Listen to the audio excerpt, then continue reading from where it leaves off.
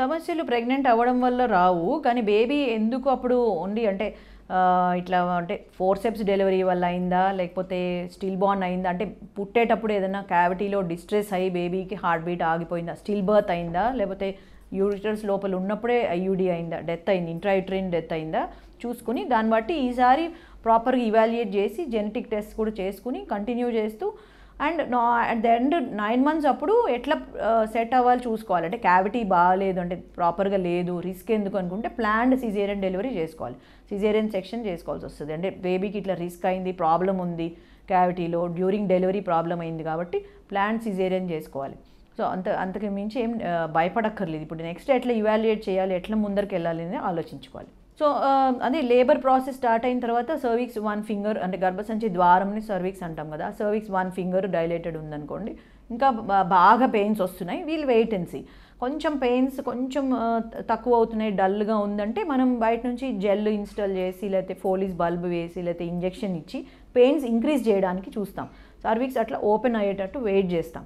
So అట్లా కూడా ఒక్కొక్కసారి 2 days పడుతుంది, 1 day పడుతుంది, 2 days పడుతుంది. పెయిన్లెస్ లేబర్ కూడా వచ్చింది, అంటే 3-4 centimeters అప్పుడు బాగా పెయిన్ ఉంటుంది వీళ్ళకి, నొప్పులతో బాగా సఫర్ అయ్యే వాళ్ళు ఎపిడ్యూరల్ ఎనస్థీజియా అని వెన్నుపూసలో ఇంజెక్షన్ ఇచ్చి మత్తు డాక్టర్ ఆ పెయిన్ పర్సీవ్ అవ్వకుండా చూస్తారనమాట. ఆ ప్రాసెస్ అయితే అవుతూ ఉంటుంది, అదేం ప్రాసెస్ ఆపదు, కానీ పెయిన్ పర్సీవ్ అయ్యి వీళ్ళు సఫర్ అవ్వకుండా చూస్తాం. సో ఇక్కడ రెయిన్బో హాస్పిటల్లో పెయిన్లెస్ లేబర్ ఫాలో అవుతాం.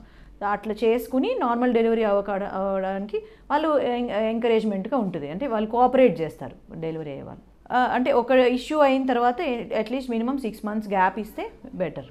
థైరాయిడ్ యూజువలీ అంటే మేము ఫస్ట్ ఇవాల్యుయేట్ చేసినప్పుడు మా మదర్కి హైపోథైరాయిడిజం ఉంది, అంటే టీఎస్హెచ్ హార్మోన్ లెవెల్ తక్కువ ఉంది, సో తను కూడా థైరోనామ్ యూజ్ చేస్తున్నారు అని చెప్తే మాత్రం, చెప్పినా చెప్పకపోయినా జనరల్లీ అందరికీ థైరాయిడ్ ఇవాల్యుయేట్ చేస్తాం. న్యూ బార్న్ బేబీస్కి కూడా యూనివర్సల్ థైరాయిడ్ స్క్రీనింగ్ ఉంది. అంటే జెనెటిక్గా వచ్చే అవకాశం ఉంటుంది, ఒక్కొక్కసారి ఉండకపోవచ్చు. పీసీఓడి అంటే ఓవరీస్లో పాలిసిస్టిక్ ఓవరీస్ ఉండి అన్వాంటెడ్ హెయిర్ వస్తూ వాళ్ళకి పీరియడ్ ఇర్రెగ్యులారిటీ ఉంది అంటే వాళ్ళకి మాత్రం అది కొంచెం జెనెటిక్ అసోసియేషన్ కూడా ఉంటుంది, ఎస్హెచ్బిజీ జీన్ పాలిమార్ఫిజం అంటాం. సో అది ఒక్కొక్కసారి ఫ్యామిలీస్లో రన్ అయ్యే అవకాశం ఉంటుంది. ఇప్పుడు నేను చెప్పినట్టుగా మన మదర్ వూమ్లో ఉన్నప్పుడు ఓవరీస్లో ఎగ్ ఫామ్ అయిపోతాయి. సో ఆ టైంలోనే జెనెటిక్గా ప్రాబ్లం ఉంది, మదర్కి ప్రాబ్లం ఉంటే గర్ల్స్కి వచ్చే అవకాశం ఉంటుంది. ఒకవేళ ఆ ఫ్యామిలీలో ఆ జీన్ పాలిమార్ఫిజం వల్ల ప్రాబ్లం ఉంటే ఈ లేడీకి వాళ్ళ బ్రదర్స్కి బాల్డ్నెస్ వస్తుంది. బాల్డ్నెస్ అంటే బట్టతల. సో వీళ్ళకి ఇర్రెగ్యులర్ పీరియడ్స్ ఉంటాయి, సిస్టర్స్కి ఉండొచ్చు, తినకే ఉండొచ్చు, వెయిట్ గెయిన్ అవుతారు, ఇర్రెగ్యులర్ పీరియడ్స్ అవుతుంది, అన్వాంటెడ్ హెయిర్ వస్తుంది అప్పర్ లిప్ మీద, చిన్ మీద, నెక్ మీద అట్లా. సో అండర్ బ్రెస్ట్ బ్లాక్ అవుతుంది. సో అట్లా సో నెల కరెక్ట్గా పీరియడ్ రాదు, 3 to 6 monthsకి ఒకసారి, అది కూడా ట్యాబ్లెట్స్ వాడితేనే, అండ్ వెయిట్ గెయిన్ అవుతూ ఉంటారు. సో అదొక విషస్ సర్కిల్ అనమాట.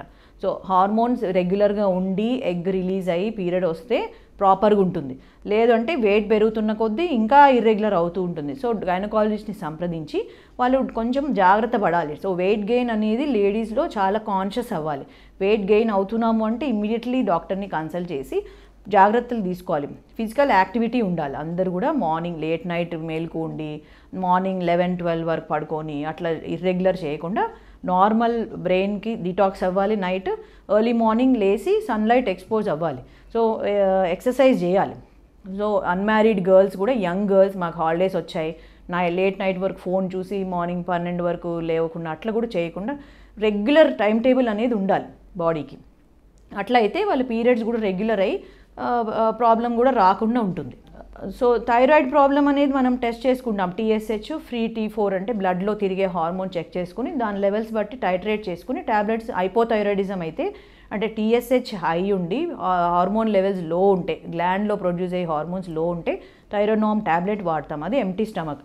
సో దీనికి ఫుడ్కి ఏం సంబంధం లేదు. సో అది థైరాయిడ్ ట్యాబ్లెట్ మాత్రం ఎంటీ స్టమక్ వేసుకోవాలి. హైపర్ థైరాయిడిజం అయితే దాని వేరే రకంగా ఎండోక్రైనాలజిస్ట్ కూడా కన్సల్ట్ చేసుకొని దాని ప్రకారం వేరే ట్యాబ్లెట్స్ వాడాల్సి వస్తుంది.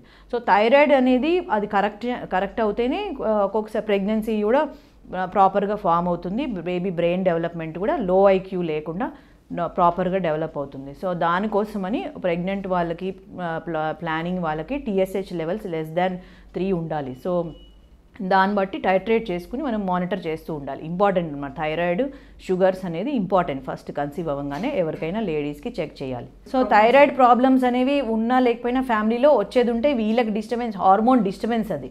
సో వంశపార్యపరంగా రావు. పీసీఓడి మాత్రం వంశపార్యపరంగా వచ్చే అవకాశం ఉంటుంది.